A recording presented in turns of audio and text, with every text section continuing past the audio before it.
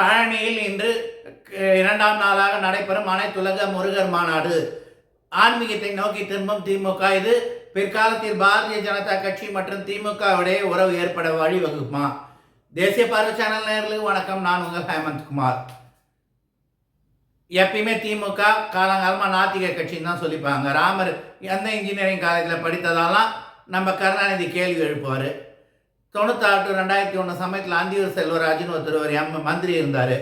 அவர் தீமதிக்கு போனதுக்கு ஏதோ ஒரு இல்லை நெத்திலுக்கும் வச்சதுக்கு ரத்தமானலாம் கருணாநிதி பகுத்தறிவோட கேள்வி கேட்பார். அவங்க எப்பயுமே ஹிந்து மதத்தை பற்றி தானே கேட்பாங்க. ஹிந்து மத பண்டிகைன்னா கலைஞர் டிவியில் விடுமுறை நாள் ஆகிடும்ல. பட் மற்ற மத பண்டிகைகளும் ரொம்ப செலிப்ரேட் பண்ணுவாங்களே, அதுதானே திமுக. அப்படி இருக்கும்போது 100 ரூபாய் நாணயம் வெளியிட்டு ரொம்ப பிரம்மாண்டமாக நடத்தினாங்க திமுக. மத்திய அமைச்சர் ராஜ்நாத் சிங் எல்லாம் கூப்பிட்டு. அதை விட காமெடி, ராஜ்நாத் சிங் போனார், மாநில தலைவர் அண்ணாமலை கருணாநிதி சமாதிக்கு போனார். கிட்ட வாங்க அண்ணாமலைன்னு முதலமைச்சரே கூப்பிடுறாரு. இப்போ அனைத்து உலக முருகர் மாநாடுலாம் நடத்தி பண்ணிட்டு இருக்காங்க. ஆன்மீகத்தை நோக்கி திரும்புதா?